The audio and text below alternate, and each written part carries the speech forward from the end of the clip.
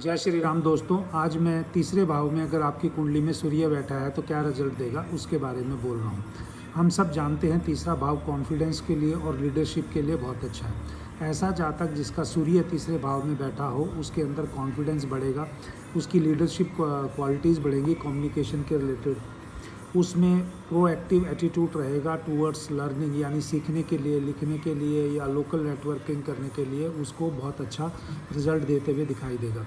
तीसरा भाव self effort का भी है। यहाँ सूर्य बैठकर जातक को अपनी जो व्यक्तिगत प्रोजेक्ट्स हैं या पर्सनल प्रोजेक्ट्स हैं उनके ऊपर डिटरमेंट वे में काम करने के लिए मदद करेगा।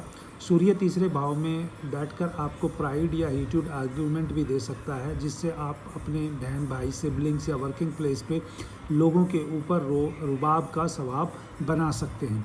लेकिन अगर बेसिक रूप से देखा जाए तीसरे भाव में सूर्य बैठने से व्यक्ति को पावर और अथॉरिटी का समावेश देखने को मिलता है और वो इसका यूज़ पॉलिटिक्स के क्षेत्र में कर सकता है। चाहे वो कहीं पर भी काम कर रहा हो तो उसके अंदर बाय नेचर पॉलिटिक्स के थोड़े से एट्रीब्यूट्स आ ही जाएंगे।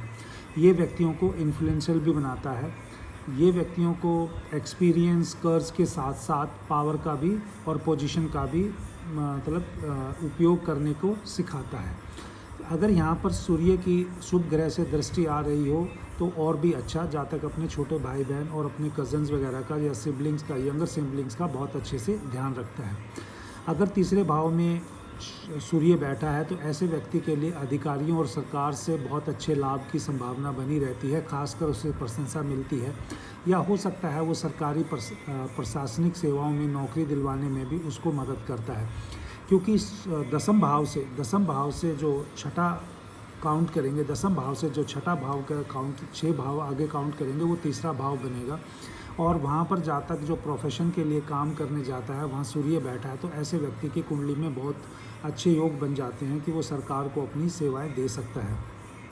मैंने ऐसा भी देखा है कि शादी के बाद अगर किसी जातक की कुंडली में सूर्य तीसरे भाव में बैठा हो तो उसको बहुत लाभ मिलता है, क्योंकि शादी से जो पंचम भाव है कालपुरुष की कुंडली के अनुसार वो पंचम भाव है, 11वां भाव है, जिससे लाभ का भाव देखे जाते हैं।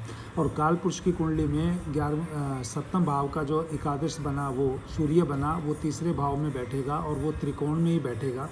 तो इसलिए ऐसे जातकों का शादी के बाद बहुत मान सम्मान और धन बढ़ता है जब जिसका सूर्य तीसरे भाव में बैठा हो। ये यहाँ पर थोड़ा सा पैसे के साथ साथ सेक्सुअल डिजायर को भी बढ़ाते हुए दिखा गया है। ओवरऑल अगर हम देखें तो सूर्य तीसरे भाव में बैठकर बहुत अच्छा रिजल्ट दे सकता है